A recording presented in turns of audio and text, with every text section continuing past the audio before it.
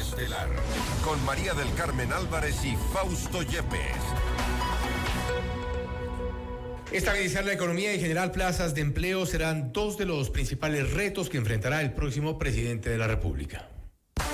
La noticia requiere profundidad. En Notimundo están los protagonistas de la noticia.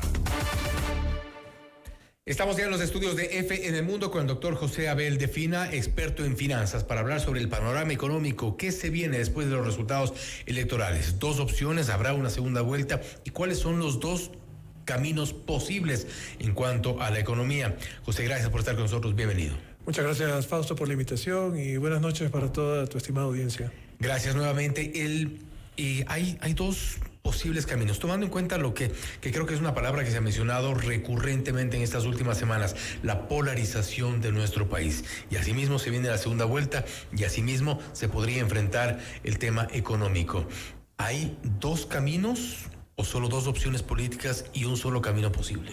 Bueno, hay una situación de crisis, de recesión, ¿verdad? Hay un estancamiento que traemos desde antes del año 2017, desde el año 2015. Venimos con este estancamiento, tuvimos una recesión en el 2015 que se recuperó recién en el año finales 2016. Y desde ahí hemos venido con un crecimiento promedio de no más del 1.3%, que eso para los economistas se llama una situación de estancamiento. Producto de ese estancamiento es que estas crisis que tenemos, la crisis de los apagones, la crisis política, la crisis de la delincuencia, la crisis de la situación general económica que tenemos, la falta de empleo, la falta de empleo, salud, todas estas crisis, cuando tú estás en estancamiento, atacan mucho más y cuesta mucho más recuperarse de ellas. Entonces, tenemos una realidad que es la situación de recesión, la situación de estancamiento desde hace muchos años y la pérdida de empleo. A pesar de que el país crece poco, el 1.3% anual en promedio en los últimos años, el empleo se pierde. Hemos perdido alrededor de 400.000 empleos desde la pandemia para acá. Y hacen falta, si tomamos en cuenta el crecimiento de la población, hace falta alrededor de 1 millón de empleos para volver a las condiciones, ni siquiera estar mejor que lo que estábamos en el año 2017. Entonces, estamos ante una situación, una realidad que tienen que enfrentar cualquiera de los dos candidatos que llega a la presidencia. Desde ese punto de vista, hay dos rumbos. El uno, que va por el lado de la candidata González, que va hacia la reconstrucción, hacia reconstruir lo que era el modelo económico del presidente Correa. Pero ahora, con la situación de que no existen ni los ingresos del petróleo al nivel que lo tenía en ese entonces para sostener el altísimo gasto social, ni la capacidad tampoco existe la capacidad, muy bien, ni tampoco existe la capacidad de endeudamiento. Lo que existe en esa vía es un igualar hacia abajo. ¿Cómo igualas hacia abajo? Con una subida sustancial, mucho mayor que lo que planea el presidente actual, una subida sustancial de los impuestos. Y eso significa igualar hacia abajo para poder hacer posible que haya una mayor distribución de la riqueza en los sectores de menores ingresos. Pero con toda la necesidad de recursos, la necesidad de financiamiento, ¿es realmente la única vía los impuestos? Porque la misma necesidad de financiar obras, de reconstruir de una u otra forma, incluso la institucionalidad en el país va a requerir de fuertes inversiones. ¿En estas condiciones es posible?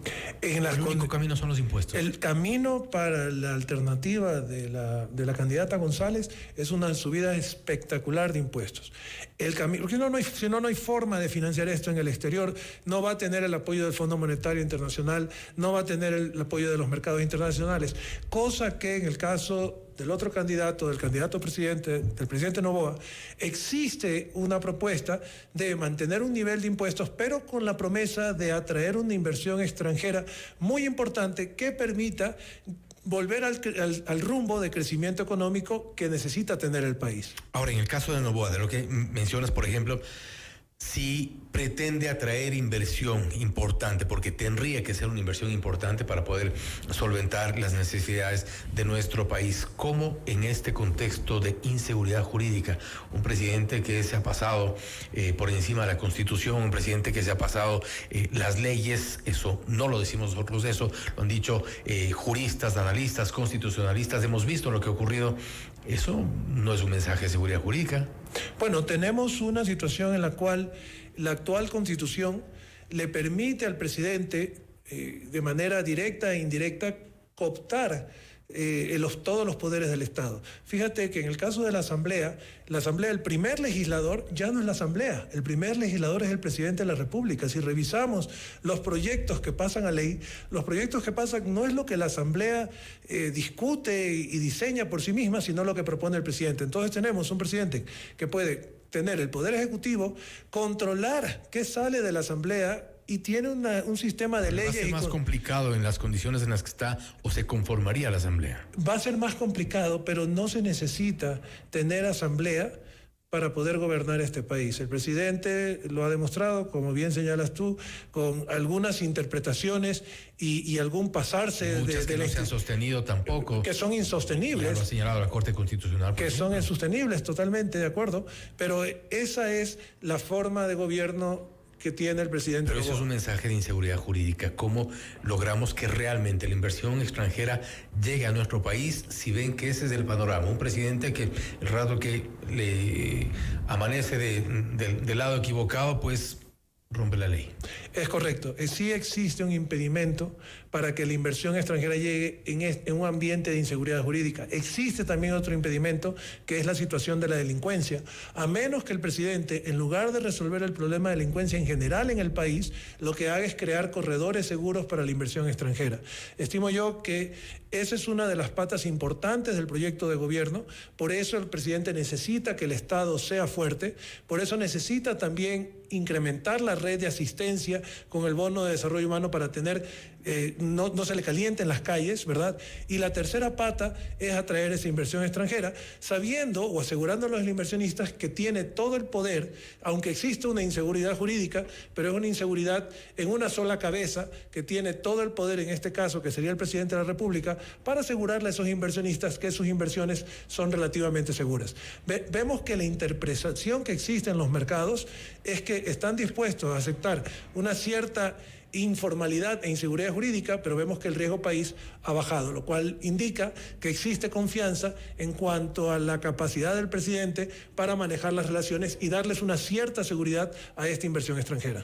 Ahora, respecto, aparte de la inversión extranjera, y es importante también tomar en cuenta que si bien uno de los caminos de lo que tú señalas respecto de la revolución ciudadana podría ser la generación de impuestos, tomando en cuenta que el tema petrolero no estamos tampoco en el mejor momento. Ecuador, hay otro tipo de inversiones o financiamiento que no podría lograrse.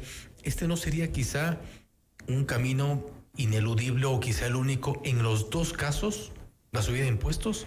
Bueno, la situación petrolera se viene cada vez a menos.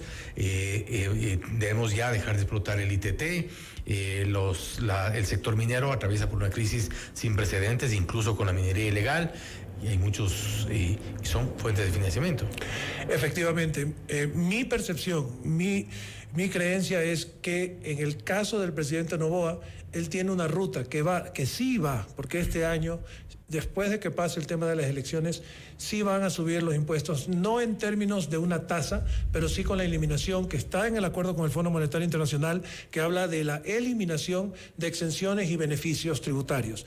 En ese sentido, los ingresos, vía eliminación de esos beneficios y esas exenciones, los ingresos del Estado van a subir.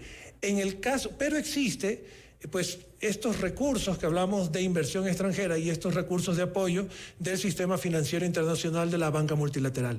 En el caso de la presidenta o de la candidata a la presidencia González, de llegar al poder, sería mucho más difícil mantener estos acuerdos dada su postura ideológica, salvo que deje de ser coherente con su postura ideológica y tome una postura más práctica, pero sería muy difícil que no logre que logre hacer este cambio o hacer esta reconstrucción a partir de no subir los impuestos. Definitivamente el aumento de impuestos con la candidatura de González va a ser mucho mayor que el aumento de impuestos con el actual presidente Noboa. ¿Hace falta normativa o hace falta reformas legales para potenciar, por ejemplo, la producción petrolera o también otro de los sectores estratégicos que nos ha significado una enorme crisis el año pasado, que es el sector eléctrico, por ejemplo. Allí vemos quizá una pata flaca y que podrían enfrentar cualquiera de los dos. De hecho, ya se advierte una crisis energética para estos próximos meses. ¿Qué conviene allí? ¿O es un tema de falta de leyes o es un tema de políticas de Estado? No es un problema de falta de leyes. Dentro de lo que actualmente tiene el marco legal, hay quienes podrían quizás querer sentirse más cómodos, ¿verdad? Con este tema en el caso de la energía eléctrica, que es una delegación por parte del Estado, y hay quienes pudieran querer que haya un mercado más libre, un mercado con tarifas libres, no reguladas. Pero existe, sí es viable, en el actual ordenamiento jurídico, es viable ofrecerle a un inversionista en el sector eléctrico una seguridad necesaria y un rendimiento sobre su inversión adecuado. Por lo tanto, no necesita, para que las inversiones en el sector eléctrico ocurran, sea por parte del Estado o sea por la parte privada, no es necesario una reforma legal. Esto permite entonces que dependa de la decisión del Ejecutivo y la capacidad del Ejecutivo para llevar a cabo lo que tiene que ver el desarrollo de la producción petrolera, el desarrollo de la producción minera y el desarrollo de la producción de energía de la cual estábamos hablando. Con esto cerramos. La fórmula mágica para generar plazas de empleo. La fórmula para generar plazas de empleo es: nosotros tenemos que lograr que esta inversión extranjera en la minería llegue. Ahí hay 10.000 millones de dólares. Puede haber otro tanto o incluso más en el tema de petróleo, pero ni el petróleo ni la minería son grandes generadores de empleo. Quienes son grandes generadores de empleo son las actividades de manufactura y las actividades de producción agrícola. El Ecuador tiene el potencial de exportar el doble de lo que actualmente exporta en productos agrícolas. Hay la necesidad de hacerlo. Está la situación de México. Ecuador tiene una oportunidad por ese lado en los mercados como Estados Unidos. ¿Ya se la cerró? ¿Quién? Con los aranceles impuestos a México. Pero se le abre para Ecuador, pues. Es decir, México le pone los aranceles a Ecuador, ¿verdad? Y Ecuador le pone aranceles a México, pero Estados Unidos está abierto en esta pelea. Ahí nos bloqueamos y esto es parte de una política de gobierno. Perdón, ¿cómo? En ese momento nos bloqueamos. Cuando le ponemos aranceles a México, nos bloqueamos. Hay un mercado importante. Sí. Cuando tenemos que abrirnos, nos cerramos. Sí, existe un contrasentido, porque estamos hablando de tratados comerciales, cuando por el otro lado estamos haciendo cierres comerciales con México. Pero cabe indicar también que las exportaciones a México son tan solo 200 millones de los 35.000 millones de exportaciones que tiene el Ecuador. Y las importaciones desde México son tan solo 600 millones de los 29.000 millones que tiene el Ecuador de importaciones de todo el mundo. Por lo tanto, el tema de México es realmente marginal, ¿verdad? Pero la oportunidad de creación de empleo, regresando un poco a lo que hablábamos, la fórmula es: hay una gran capacidad de producción agrícola para exportación y para consumo interno, que lo que tiene que pasar es que la inversión o lo que obtiene el Estado de las inversiones en minería y en petróleo, lo que comiencen a generar esas inversiones, tiene que reinvertirlo, tiene que volver a sembrarlo en el Ecuador, pero en actividades que generen empleo. Si no ocurre esto, si nos quedamos solamente en la minería y el petróleo, volveremos a tener o tendremos lo que se llama el síndrome holandés, que es un país en el cual todos dependemos de lo que se produce de la minería o del petróleo y gastamos a partir de eso. Cuando se acaban esas situaciones, esos ingresos de minería o del petróleo y esos bajan,